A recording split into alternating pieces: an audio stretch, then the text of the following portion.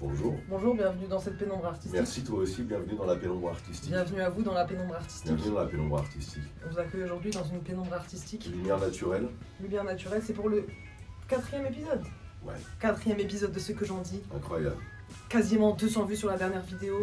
Non, ça y est, on les a. On les a. Hier. Aïe. Pardon. Merci, C'est Cross. carrément mal. Pardon, c'est l'excitation. Ah oui, mais Imagine, on a 300 vues. Je sais pas ce que je fais. Coup de poule. Elle est jetée par le balcon et tout. Pour la millième. Pour la millième, c'est par le balcon. Vas-y, pour la millième, il passe pour le balcon. 1000 vues, c'est pas beaucoup en plus. Hein. 1000 vues. C'est 1000 pas vues, énorme. elle passe par le balcon. 1000 vues, on lui fait un descendé de corde. Ouais, faut pas exagérer parce que sinon Non. j'ai déjà fait pire. Hein. Ouais, c'est vrai. Alors, Venons-en au fait. Venons-en au fait.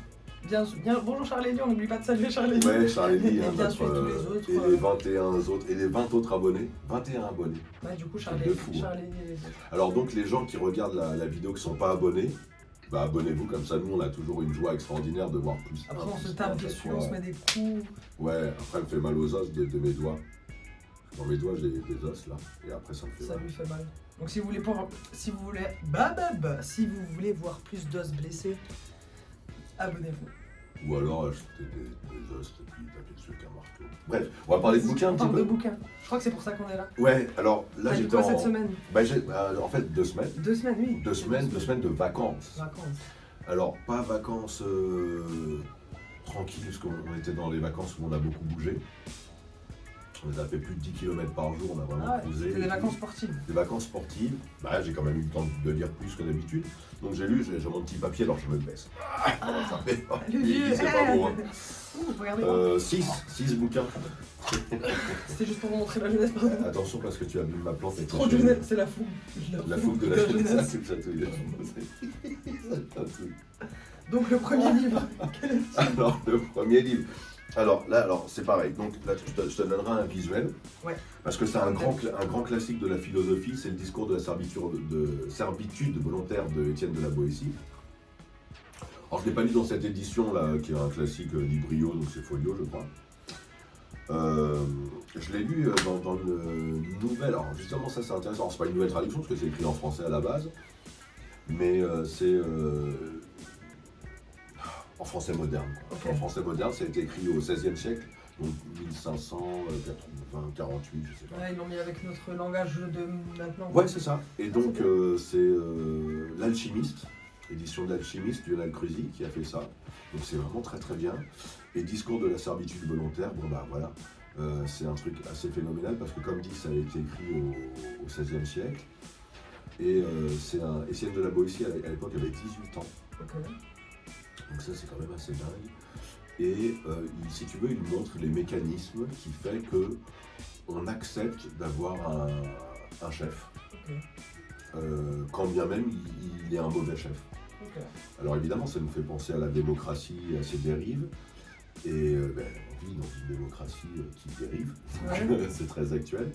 Et donc voilà, il parle des différents mécanismes.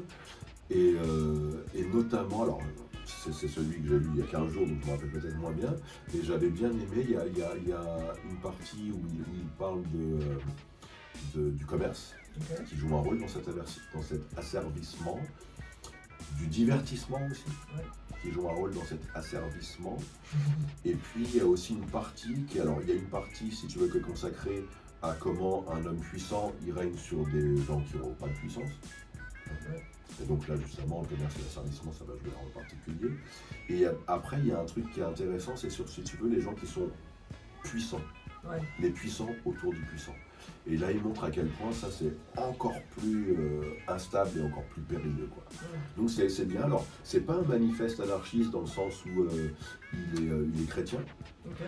donc Étienne de la Boétie, et puis c'est intéressant, j'ai bien aimé, c'est très moderne, et le fait de le lire dans une traduction moderne, comme celle de Lionel Cruzy pour l'Alchimiste édition, c'est un très bon choix. C'est un bouquin de quelques dizaines de pages, c'est pas très long.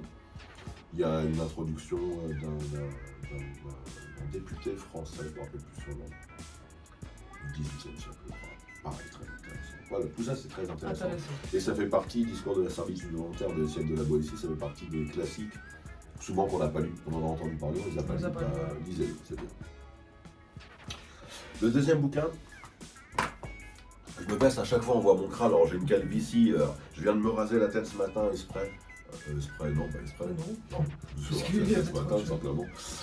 Et non. Je me suis lavé ce matin aussi, si jamais. Moi aussi, je me suis lavé ce matin. Je crois que nous nous sommes également habillés pour cette vidéo. Alors, bien que tu m'aies un petit peu mis la pression, c'est limite. Hein. Je suis arrivée chez lui, il était en Kylie. Ouais, pour les gens qui savent pas ce que c'est un Kylie, bah, vous recherchez sur internet. Vous saurez deuxième pas. livre. Deuxième livre. Voilà, deuxième livre, c'est des nouvelles de G. Werdo de Gabriel W. Eliane. Donc c'est un bouquin auto-édité, donc chez Librinova. Il y a la petite étoile là de Librinova, là, tu la vois? Ouais. Donc premier roman, bah, ça m'a bien plu. Quoi. Ah ouais. Ça m'a bien plu, c'est dur. C'est dur à lire parce que, en fait, c'est très très empathique. Okay. C'est l'histoire d'un type qui veut écrire un roman. Et son frère lui conseille d'aller voir un mec qui est en prison. Okay. Pour que ce mec lui raconte sa vie. Il dit, ouais, sa vie, là, ce sera un bon sujet de roman. Quoi. Et donc, le gars lui raconte sa vie. Tu vois que ce gars, bah, s'il est en prison, c'est parce qu'il a eu une vie forcément difficile, etc. Alors, c'est difficile d'en parler sans spoiler, ouais. Tu vois. Alors, qu'est-ce qu'ils disent derrière? Ouais, en fait, c'est ça, quoi. Mais en fait, le mec, il va parler beaucoup des traumas qu'il a eu dans sa jeunesse, notamment sur le plan sexuel. Alors, il y a beaucoup de sexualité dans ce bouquin, ça m'a un petit peu dérangé. Ouais. Et souvent, je me suis dit, j'espère que ça sert à quelque chose, parce que si tout ça c'est gratuit, ça va être pas gentil, quoi. Ouais. Et en fait, c'est pas du tout gratuit. Okay. À la fin, tu comprends que vraiment, cette sexualité, bah, ça fait partie du problème. Et le final est vraiment... c'est lourd. Non, c'est pas lourd. Pas lourd. Il te met une grosse baffe. Quoi. Une grosse baffe. Et alors tu sens, comme souvent dans les premiers romans, surtout le premier édité, il y a une grosse part autobiographique certainement. J'ai écrit déjà la chronique, hein, je me disais, bah, j'espère que dans un prochain roman, il y aura d'autres choses qui vont sortir. Et justement, j'ai eu un retour de l'auteur qui était assez satisfait de la chronique, que je salue Gabriel, et qui m'a dit qu'il va continuer à écrire sur ce personnage, mais qu'il y aura justement la part de la sexualité, donc il fallait qu'il en parle. Ouais, c'est fait, maintenant il passe à autre chose. Ouais. Donc je suis pressé de dire le prochain. Suite, okay. Et puis j'aime bien la couve, je la trouve très belle. Elle est belle. Alors, le troisième bouquin, je ne l'ai pas là parce que je l'avais à la bibliothèque. Okay. Alors ça s'appelle Lancaster, c'est de Michel Moati, je vous ai fait voir encore un petit peu ma calvitie. Lancaster de Michel Moati. Ouais, alors il m'a pas emballé de ouf, hein, je le dis tout de suite, désolé Michel Moati.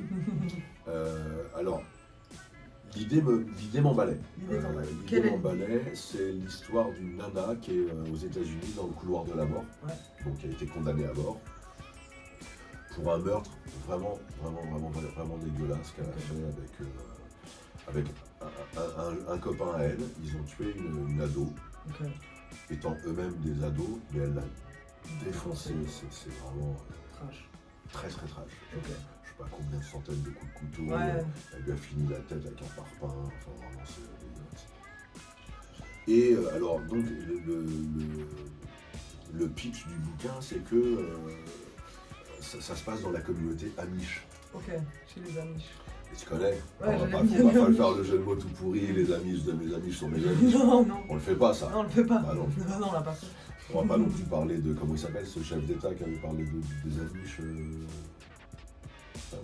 Emmanuel Macron, tu vois? Je sais pas.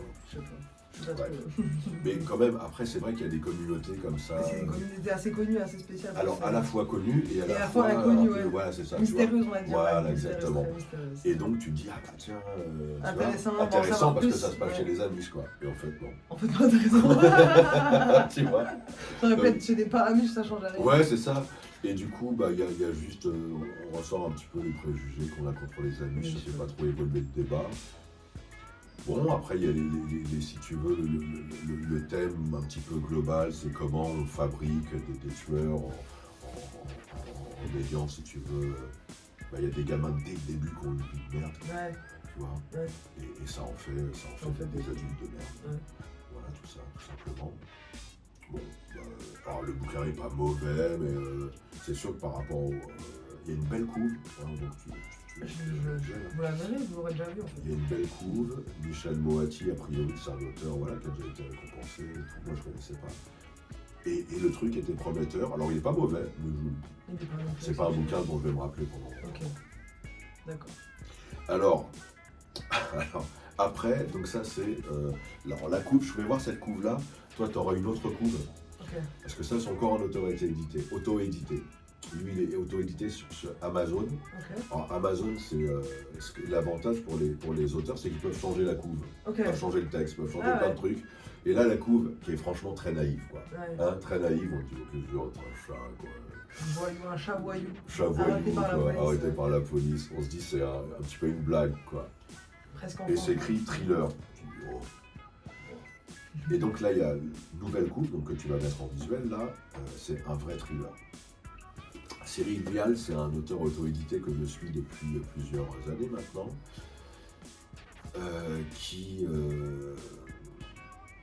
qui me plaît par sa grande liberté.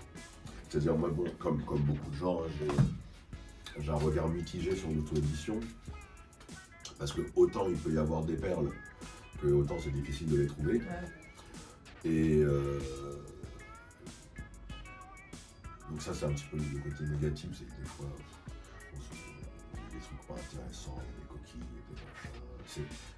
C'est pas que c'est rare, enfin, peut-être que c'est rare malheureusement qu'il y ait de la qualité, quoi. Voilà. Ça, c'est ce que je pense. Désolé pour ceux qui font de la qualité. Oui. Et justement, Cyril Vial, Il fait de la qualité. il fait de la qualité. Il fait de la qualité. Alors j'ai déjà plusieurs fois chroniqué. En fait, il a plusieurs séries. Alors une série qui s'appelle L'Humanité, qui parle en fait, c'est plus un truc de gamer, tu vois. C'est entre l'univers virtuel et l'univers réel. J'ai lu le premier tome, c'était pas mal, mais je n'ai pas envie de dire la suite. Ouais. Une série qui s'appelle Yakuza. Celle-là, j'aime beaucoup. J'ai lu les 3 premiers tomes et je kiffe. Et là, Vengeance féline. Alors, c'est l'histoire d'un chat qui est recueilli, qui est un chat errant. Il y a un jardinier fou qui a tué sa mère. Et il est recueilli par une pauvre nana, une clandestine, qui est à la rue, plus ou moins, tout ça. Tout chat. Tout chat. Ah, pardon. Et cette nana, elle se fait tuer par vraiment un méchant. Alors ça, c'est un truc, Cyril Vial, il sait faire des méchants Très crapus, méchant. dégueulasses. Ça, vraiment, ça, c'est sa spécificité. Et j'aime beaucoup, alors il est un peu manichéen dans le sens où, si tu veux, les gentils sont gentils, t'as envie de les prendre dans tes bras et de leur faire des câlins, et les méchants, t'as juste envie de... Voilà, c'est ça. Et donc la nana, elle meurt, ce mec pourri la tue, et le chat décide de se venger. Ok. Mignon, quoi. Et en fait, non, ça marche super bien. Genre Le chat va se faire adopter par un flic. Donc il y a un flic qui aime beaucoup les animaux et tout. Et ça a l'air naïf comme ça, ouais. Tu vois. Et peut-être que ça l'est, mais dans le traitement, c'est tellement bien fait que ça marche. Ça colle, ouais. Ça marche, tu vois. Et moi, ce que j'aime pas dans la littérature, c'est quand j'y crois pas. Ouais. Et là, a priori, tu peux pas y croire. Ouais, tu peux pas y croire, mais tu crois pas. Et bah, tu crois. Ouais. Ça marche C'est vachement vrai. bien. Ça me donne presque envie de le lire. Non, mais franchement, c'est bien. Et alors, en plus, il y a un chat sphinx. Arrête. Dedans, Ah, ouais, il y a un chat sphinx. En fait, pareil, les personnages sont très bien travaillés. En fait, vraiment, Cyril Vial, c'est un vrai écrivain. Et je sais pas si je lui souhaite d'être édité, Aussi que je lui souhaitais de continuer. aussi je lui souhaite de continuer dans l'auto-édition. Parce que c'est déjà son 10e bouquin, mine de Ouais, rien. donc c'est que ça va, ouais. Et c'est très bien. Alors, je sais pas s'il en vit, s'il en vit pas. Mais en fait, il mériterait d'être un auteur connu. Tu vois, vraiment, il est très très bien. Et puis peut-être que d'être édité, ça lui permettrait de peaufiner des trucs, tu vois, qu'il peut améliorer. Mais d'un autre côté, quel éditeur aurait dit « Ah ouais, un chat qui veut manger sa maîtresse, Ouais. super, on va faire ça. » Ouais, ils sont, ouais. Tu vois? Peut-être pas assez ouverts. Faut trouver ceux qui sont assez ouverts. Voilà, c'est ça. En tout cas, je lui souhaite. Ouais. Ouais, c'est- Continue comme ça, Cyril. Même moi, mon père m'a donné envie de lire ton Ah livre. bah, je te le prête, tiens. Vas-y, on va le lire. Et puis comme ça lui permettra aussi d'avoir En plus, tu as une tête super sympathique, Cyril. Ouais, il est très gentil. Il a l'air très gentil. Une vraie bonne reliure, parce qu'Amazon, la reliure, le bouquin, tu le lis une fois. Là, je l'ai lu un petit peu dans la chaleur, un petit peu à la plage et tout. Toi, une fois, tu l'auras lu une deuxième fois, on pourra je sais quoi. Désolé, Amazon, mais c'est pas. Bon, parlons de belles reliures maintenant.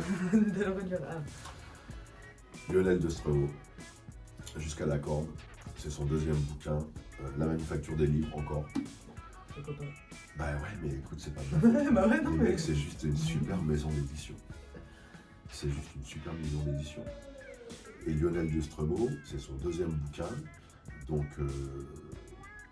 enfin, deuxième roman, pardon, parce qu'il a fait plusieurs recueils de poésie avant, que j'ai pas lu, mais j'avais lu son premier roman.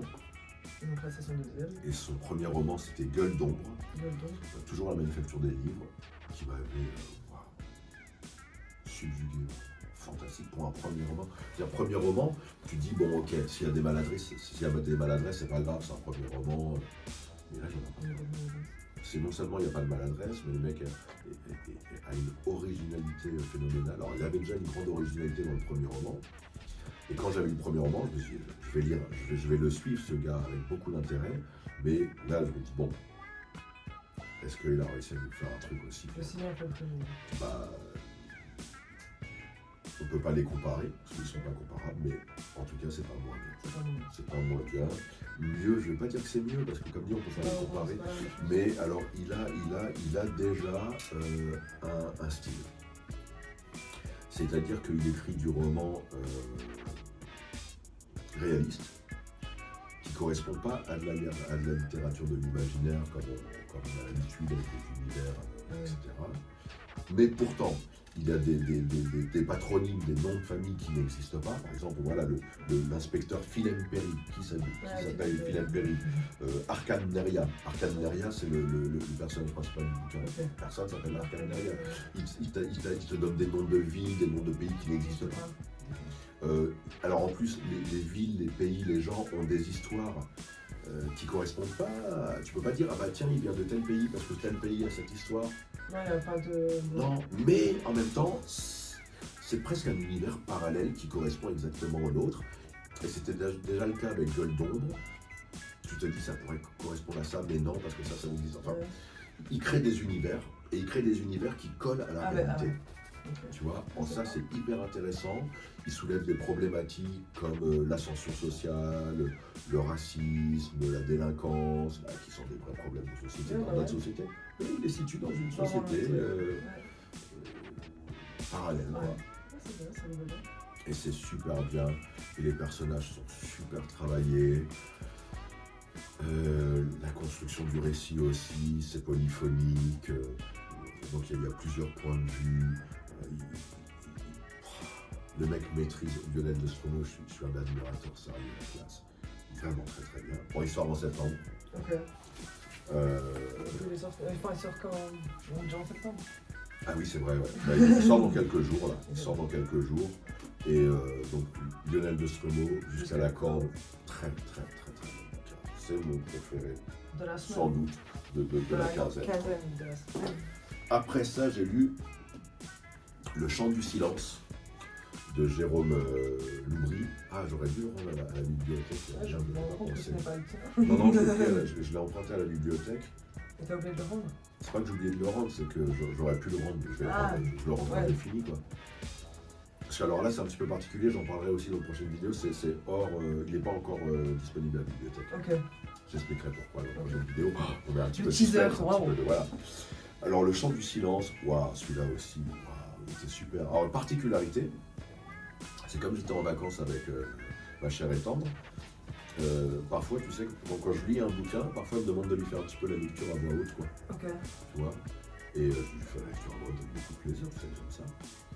Mais ce bouquin, je lui ai lu finalement les 2 tiers à voix haute. Okay. Parce que j'avais commencé le premier tiers, il me plaisait beaucoup, on m'a dit, bah tiens, lis-moi un petit peu. Alors, non, peut-être j'exagère avec les 2 tiers, quoi, mais disons, à partir de la page, je lui ai lu la moitié. La moitié à voix haute. La moitié à voix haute, et ça c'est rare, quoi. Ouais, c'est rare, c'est une super histoire. Vite fait, c'est un gamin, enfin un gamin non, même pas, c'est un homme d'une quarantaine d'années probablement, qui, son père vient de mourir, donc il est contacté par le notaire pour l'héritage. Son père c'était un pêcheur, et en fait tu vois il déteste son père, quoi. Ça commence avec l'enterrement de son père, il vient, il crache sur sa tombe et tout, chaud quoi. Il déteste son père, et puis en fait tu apprends pourquoi il déteste son père dans le bouquin. Et en même temps, et c'est là que ça devient vraiment intéressant, en fait son père a fait des trucs horribles. En tout cas, il a été accusé d'avoir fait des trucs horribles, il a fait de la prison pour ça, etc. etc. Et donc le mec, il hérite de son père, il vivait dans un mobil-home, tu vois, c'était un pêcheur, un pauvre pêcheur, il avait son bateau et son mobil-home. Et il hérite de son mobil-home et de 120 000 euros. Sauf que son père, il avait pu mettre 120 000 euros de côté. Il habitait dans un mobil-home. Et donc, il y a un flic qui vient lui dire, écoute, voilà, il faut que je te parle de ton père. Ce flic, il était pêcheur avant, dans le temps, et son rêve, c'est de devenir flic, quoi. Et son père, le héros Damien, avait chargé ce pêcheur de faire une enquête pour lui, pour se renseigner sur des trucs. Et donc, en fait, il va lui faire plein de révélations sur son père. Et ça, c'est génial parce que déjà, tu apprends plein de trucs, il y a beaucoup de suspects, il y a plein de revirements de situation, c'est très riche, les personnages aussi sont très bien construits. Et il y a cette évolution de ce Damien qui déteste son père dès le début, et plus il en apprend sur son père, plus il se dit merde, putain, en plus il est mort, quoi. C'est trop tard, tu vois. Et ça m'a beaucoup touché. Je connaissais pas Jérôme Loubry non plus.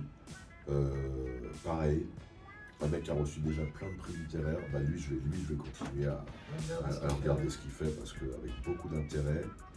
Et puis j'en reparlerai de Jérôme Loubry très certainement. Ok. C'est tout. C'est tout. C'était les 6 bouquins que j'avais lus. Ah ouais, alors j'ai pas dit l'éditeur, c'est Kalman Levy. Kalman Levy Noir. Voilà. Et toi? Moi, je suis actuellement en pleine lecture de la bande dessinée que tu m'as prêtée. Tu te rappelles même plus le titre? Si, le donjon de Narlbuck. Non. C'est les sbires. Les sbires du donjon de Narlbuck. Ouais. Voilà. Et donc là, j'ai lu le début. Puis la vie a fait que... 2 semaines pour 2 semaines. Non, mais le prochain épisode garanti, je vous fais un résumé de la BD. Garanti 100%, certifié. Je me rattraperai, je vous ferai un résumé plein de... Aujourd'hui, c'est un petit peu un monologue quand même. Hein. Ouais, aujourd'hui, c'est un petit peu un monologue parce que je t'ai trouvé très... en fait, j'ai rien à rajouter à ce que tu disais, je trouvais ça très clair et très fluide. Et en plus, ils m'ont tous intéressé en vérité, tu m'as presque donné tous envie de lire. Et je savais pas que tu pouvais, qu'ils faisaient des remasterisations de livres, genre avec celui-là là. Étienne Delaboetie. Ouais. Alors, en fait, c'est intéressant ça, je savais pas que tu pouvais lire des livres de l'époque avec notre langage à nous, parce que c'est vrai que des fois tu lis des livres écrits en 1600, tu comprends pas trop.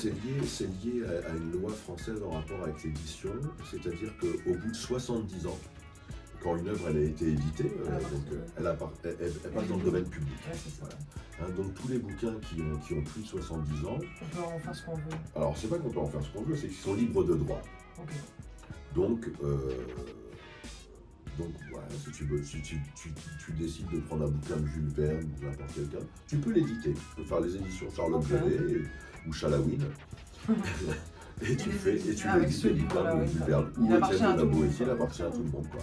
Donc à partir de là, tu es aussi libre de modifier ce que tu veux. Et alors après, il faut aussi le faire bien. Quoi. Ouais, c'est ça. Et c'est ce que fait justement Lionel Cruzy, des éditions d'Alchimiste, il le fait bien. Non, du coup... Alors je pourrais pas te le prêter parce que pour le coup je l'ai dans ma tablette. Ouais. Non mais je vais déjà me concentrer sur. Et puis en plus il coûte 7 balles, un truc comme ça, donc il y a moyen quoi. Et en e-book je crois qu'il coûte 3 balles. Quoi. Okay. Mais il est bien et puis bon. C'est de la philosophie, hein, c'est pas de easy reading, quoi, hein, comme on dit en anglais. C'est une lecture facile. C'est tellement plus spontané de dire easy reading, tu vois, que lecture facile. I understand what you say. You say, I think we can finish this video in English. Alors non, please not. Why not?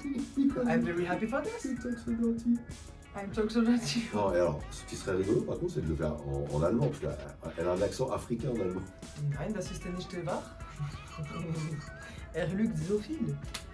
Ich lasse diese Mann fertig diese Video, ich gehe diese weit. Bis 2 nächste Woche, weil ich sage immer eine Woche, ich habe jetzt verstanden diese 2 Wochen. Goodbye, auf Wiedersehen, see you soon, kiss. Et à bientôt pour les aventures de ceux que je redis. Moi, je m'en vais, je vous laisse finir, je laisse finir. Non, bah en fait, c'est fini, parce que moi, sans Charles Lawin, je suis rien. Ma présence vidéo, comme elle est médiocre. Il vient de reprendre vie. Il va mourir, il est mort. Tu me vois plus, je vis plus. À bientôt.